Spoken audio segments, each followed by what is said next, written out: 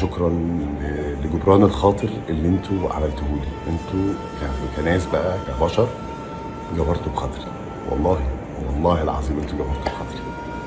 ربنا يكبر بخاطركم كده زي ما جبرتوا بخاطري، يخليكم ويكرمكم ويبعد عنكم اي سوء.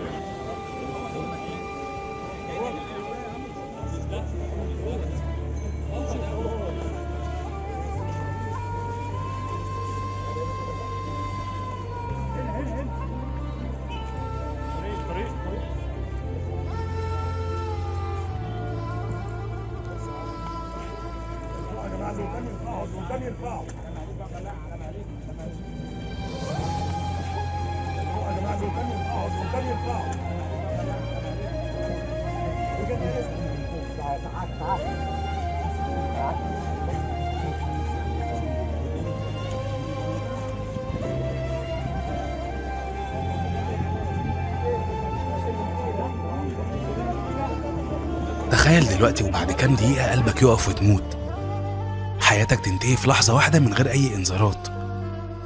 الفنان مصطفى درويش من كام ساعة كان حي يرزق، وما كانش فاكر أبدا إن نهايته بعد ساعات وإن عمره خلاص انتهى. مصطفى درويش كان بيهزر على صفحته وكاتب أنا مش عارف أنام، وبعدها بدأ يهزر مع الناس في الكومنتات. في واحد منهم قال له جرب تصلي، والفنان رد عليه وقال له أنا الحمد لله بصلي. وبعد 5 ساعات بالظبط كان مات، ودلوقتي الناس هي اللي هتصلي عليه. مات فجأة مع إنه كان لسه وسطينا من ساعات. مصطفى درويش بعد ما كان بيشتكي من قلة النوم نام النومة الأخيرة. في المشهد الأخير من حياته ومن غير أي إنذارات، صدمة كبيرة سببتها وفاة الفنان مصطفى درويش على أصحابه وعلى أهله وعلى جمهوره. يمكن الموقف ده حصل في الوقت ده بالتحديد عشان تبقى رسالة لينا من ربنا. الموت لما بيجي ما بيخبطش على الباب، وحياتك اللي بقيت ملهي فيها وفي مشاكلها ممكن تنتهي في لحظة. مفيش ولا حاجة مضمونة في الدنيا دي غير علاقتك بربنا، ولو ركزت هتلاقي إن دي مش أول مرة يحصل فيها كده.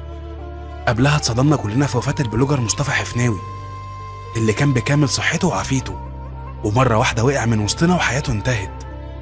وشباب كتير قوي الأيام دي بقت بتقع مرة واحدة ومن غير أي مقدمات. كل اللي بيحصل ده يخليك ما تفكرش في الدنيا أبدا، ما تفكرش في إيه اللي ممكن يحصل بعد 5 سنين، ما تفكرش في إزاي تنتقم من الشخص اللي أذاك. الدنيا أقصر من كده بكتير، حاول تعرفها صح.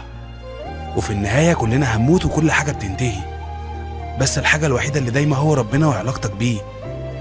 اعتبر الفيديو ده رسالة ليك من ربنا، وخلينا كلنا ندعي للفنان مصطفى درويش ربنا يرحمه ويغفر له ويسكنه فسيح جناته.